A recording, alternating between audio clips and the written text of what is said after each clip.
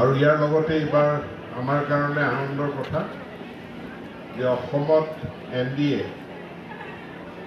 আমাৰ যি ৰামধেনু সদৃশ মিত্ৰতা আছিল, যিটো মিত্ৰতাত কেৱল AGP BJP গণশক্তি নহয়, বহু জাতীয় জনগোষ্ঠীয় তথা স্থানীয় সংগঠন তেওঁলোকে আমাক প্ৰত্যক্ষভাৱে নহ'লেও পৰোক্ষভাৱে তেওঁলোকে সহায় সহযোগিতা সমৰ্থন আগবঢ়াইছে আৰু তাৰ ফলত এটা ৰেকৰ্ড কৰি 102খন আসনত আমি জয়লাভ কৰিবলৈ সক্ষম হৈছোঁ। ইয়াৰ পূৰ্বে 1971 চনত সেই সময়ৰ শাসক দল কংগ্ৰেছে শৰৎ চন্দ্ৰ সিনহা যেতিয়া মুখ্যমন্ত্ৰী আছিল, তেখেতৰ নেতৃত্বত 92খন আসন শাসক দল হিচাপে জিকিবলৈ সক্ষম হৈছিল আৰু সেইটোৱে আছিল অসমৰ আটাইতকৈ ডাঙৰ ৰেকৰ্ড। কিন্তু সেই ৰেকৰ্ডটো এইবাৰ ভংগ কৰি 102খন আসনত জয়লাভ কৰিবলৈ আমি সক্ষম হ'লোঁ। আমি সদায় বেলেগক ধন্যবাদ জনাই কৃতজ্ঞতা জনাই হাত চাপৰি বজাওঁ। আজি মই ক'ম এই 102জন যে MLA জিকিলে সেইটো আপোনালোকে জিকাইছে, আমি সকলোৱে জিকাইছোঁ। গতিকে নিজে নিজক ধন্যবাদ জনাই এটা হাত চাপৰি বজাবৰ কাৰণে মই অনুৰোধ বা অনা কংগ্ৰেছী মুখ্যমন্ত্ৰী দ্বিতীয়বাৰৰ বাবে শপত গ্ৰহণ কৰা নাই। প্ৰফুল্ল মহন্তও মাজত 5 বছৰ ৰ'ব লগা হৈছিল। প্ৰফুল্ল মহন্ত দুবাৰ মুখ্যমন্ত্ৰী হৈছে, কিন্তু মাজত 5 বছৰৰ গেপ আছে। কিন্তু ডক্টৰ হিমন্ত বিশ্ব শৰ্মা একেলেঠাৰিয়ে তেওঁৱেই একমাত্ৰ অনা কংগ্ৰেছী মুখ্যমন্ত্ৰী যি দ্বিতীয়বাৰ মুখ্যমন্ত্ৰীৰ কাৰণে শপত গ্ৰহণ কৰিছে আৰু তাৰ কাৰণেও মুখ্যমন্ত্ৰী ডাঙৰীয়াক আমি অভিনন্দন জনাই এটা হাত চাপৰি বজাই। এই পৰিৱৰ্তনৰ ধুমুহা কেৱল অসমত নহয়, এই পৰিৱৰ্তনৰ ধুমুহা আমি এইবাৰ পশ্চিমবংগত দেখা পালোঁ, য'ত তৃণমূল কংগ্ৰেছৰ 15 বছৰীয়া শাসনৰ অৱসান ঘটাই প্ৰথমবাৰৰ কাৰণে ভাৰতীয় জনতা পাৰ্টি নেতৃত্বত ভাৰতীয় জনতা পাৰ্টিৰ NDA চৰকাৰ তাত ক্ষমতাত আহিবলৈ সক্ষম হ'ল। ডাবল চেঞ্চুৰী মাৰি পেলাই ক্ষমতাত আহিবলৈ সক্ষম হ'ল। তো এইটো আমাৰ সকলোৰে কাৰণে আনন্দৰ কথা। ডাঙৰীয়াই বাৰে বাৰে এটা কথা কৈ আছিল, এই যুঁজখন এখন সভ্যতাৰ যুঁজ। সভ্যতাৰ যুঁজ মানে বাবৰ বিদেশৰ পৰা আহিছিল, ভাৰতৰ মাটিত বাবৰৰ জন্ম হোৱা নাছিল।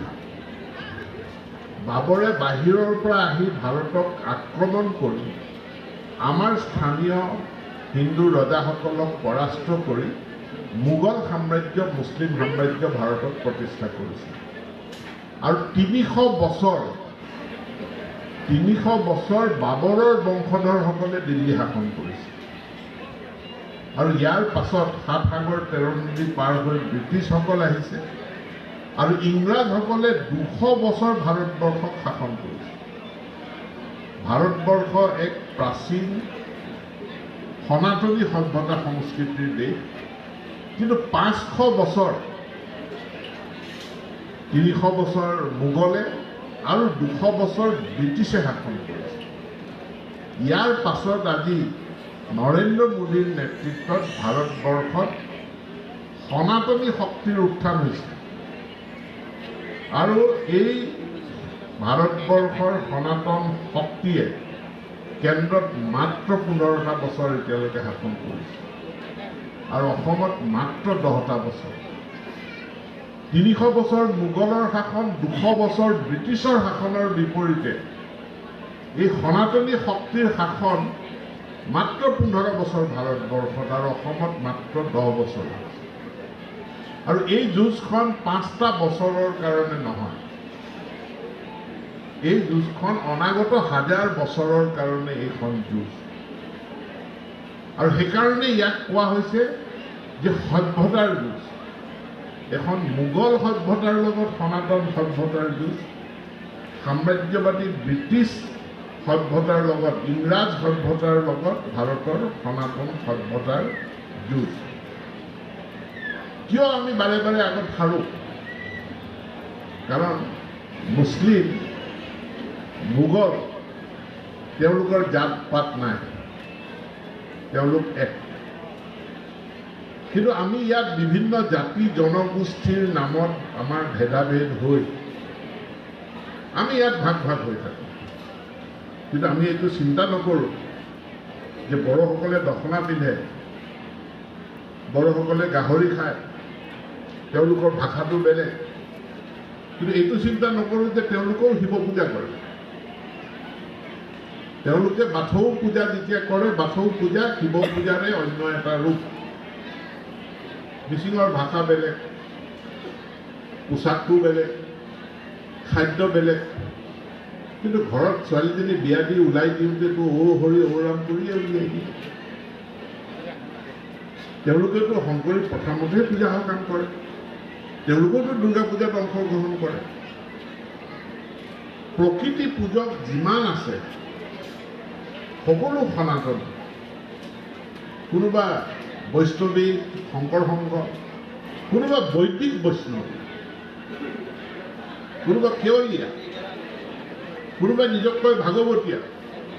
কিন্তু আমি এইবিলাক যিয়েই নকওঁ কিয়, কোনোবাই কয় আমি শাক্ত, আমি মূৰ্তি পূজা কৰোঁ, কোনোবাই কয় মূৰ্তি পূজা নকৰোঁ। এইটো কৰি ইয়াৰ কাৰণে সনাতনীসকল সদায় ভাগ ভাগ হৈ যায়। আৰু সেইকাৰণে মোগলে ৩০০ বছৰ ৰাজত্ব কৰাৰ সুযোগ পায়, ব্ৰিটিছে ভাৰতবৰ্ষক ২০০ বছৰ ৰাজত্ব কৰাৰ সুযোগ পায়। কংগ্ৰেছ কোন?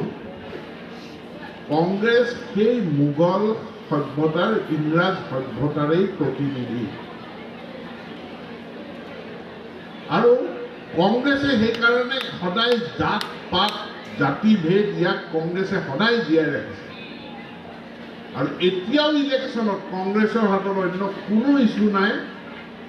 কংগ্ৰেছে সদায় জাতিভেদৰ কথাই তেওঁলোকে নিৰ্বাচনৰ সময়ত প্ৰচাৰ কৰে। কাৰণ তেওঁলোক মোগলৰ প্ৰতিনিধি, তেওঁলোক ব্ৰিটিছৰ প্ৰতিনিধি। আজিও ব্ৰিটিছৰ প্ৰতিনিধি আনুগত্য, তেওঁলোক মোগলৰ প্ৰতিনিধি। প্ৰমাণ যদি বিচাৰে, গৌৰৱ গগৈৰ ঘৰত ৪জন মানুহ, ৩জন ব্ৰিটিছ, ৩জন ইংৰাজ নাগৰিক, এজন ভাৰতীয় নাগৰিক। তেওঁলোকে ব্ৰিটিছ সভ্যতাক প্ৰতিনিধিত্ব কৰে, যি ২০০ বছৰ আমাক শাসন কৰিছিল। কংগ্ৰেছ ১৯জন জিকিলে, ১৮জনে মুছলিম, এজন মাত্ৰ হিন্দু জিকিল। আৰু কেনেকৈ জিকিল? নাওবৈচাত কেনেকৈ জিকিল? জে পি দাস ৫০,০০০ মুছলিম ভোট আছে, ৫০,০০০ ভোটেই কংগ্ৰেছে পাইছে। আৰু আমাৰ ভোটখিনি অসমীয়া এছ চি, বঙালী এছ চি, ট্ৰাইবেল, অনা ট্ৰাইবেল, আহোম, কিবা কিবি এইবিলাক কৈ মেলি আমাৰ ভোটখিনি ভাগ ভাগ হ'ল।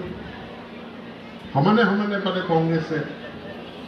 কিন্তু মুছলিম ভোটটো একচেটিয়াকৈ পায়। অখিল গগৈৰো কাহিনীটো একেটাই, অখিল গগৈৰো কাহিনীটো একেটাই। আৰু সেইকাৰণে তেওঁলোক জিকিল। কিন্তু তেওঁলোক যে এই মোগল সভ্যতাৰ প্ৰতিনিধি, ব্ৰিটিছ সভ্যতাৰ প্ৰতিনিধি, এইটো প্ৰমাণ কৰি থৈছে। মই এই কথাটো আজি এইকাৰণেই কৈছোঁ, অহা বছৰ মই MLA প্ৰতিনিধি হ'ম নে নহ'ম নাজানো। আৰু আপোনালোককো দৰকাৰ নাই অহাবাৰ কোন ইয়াতে কেণ্ডিডেট হ'ব।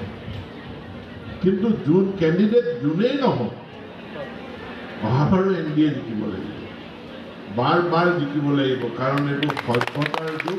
১০০০ বছৰলৈ এই সংগ্ৰাম আমি কৰিম। আৰু অসমত, ভাৰতবৰ্ষত সনাতন শক্তিৰ শাসন অব্যাহত ৰখাৰ কাৰণে আমি কাম কৰিম। আমি কংগ্ৰেছক প্ৰশ্ন কৰিম, কিয় আছা তোমালোকে এই মোগল সভ্যতাৰ পক্ষত? এই মিয়া পাৰ্টিত তহঁতি কিয় আছে? এই ব্ৰিটিছ পাৰ্টিত তহঁতি কিয় আছ? ইংৰাজ পাৰ্টিত তহঁতি কিয় আছ? তহঁতৰ নেতাৰ ঘৰত ৪টা মাত্ৰ সদস্য, তাৰে ৩টা ইংৰাজ, এটা ভাৰতীয়। সেই পাৰ্টিত আমি প্ৰকৃত ভাৰতীয়সকল সেই পাৰ্টিত আমি কিয় আছো? এই সনাতন সভ্যতাৰ যুঁজখন আমি ইয়াক ধাৰাবাহিকভাৱে, নিৰন্তৰভাৱে আমি চলাই যাব লাগিব। তাৰ কাৰণে দল শক্তিশালী কৰিব লাগিব, সংগঠন শক্তিশালী কৰিব লাগিব আৰু আমাৰ দৰ্শনটোক শক্তিশালী কৰিব লাগিব। উন্নয়ন অব্যাহত থাকিব। অৰুণোদয় মূল কথা নহয়, মুখ্যমন্ত্ৰীৰ মহিলা উদ্যমিতা মূল কথা নহয়, মূল কথা সভ্যতা। আৰু মুখ্যমন্ত্ৰীয়ে কৈছে যোৱা 5 বছৰটো আছিলে নৃত্য নাটিকা, এইবাৰহে নাটক আৰম্ভ হ'ব বুলি কৈছে। তাৰমানে যোৱা 5 বছৰত যিটো উন্নয়ন হ'ল এইটো নৃত্য নাটিকা। আৰু এইবাৰো উন্নয়ন। মই যোৱাকালি ডিচিৰ লগত প্ৰায় 1.5 ঘণ্টা সময় আলোচনা কৰিছোঁ, নতুন কাম কি কি হ'ব ধেমাজি।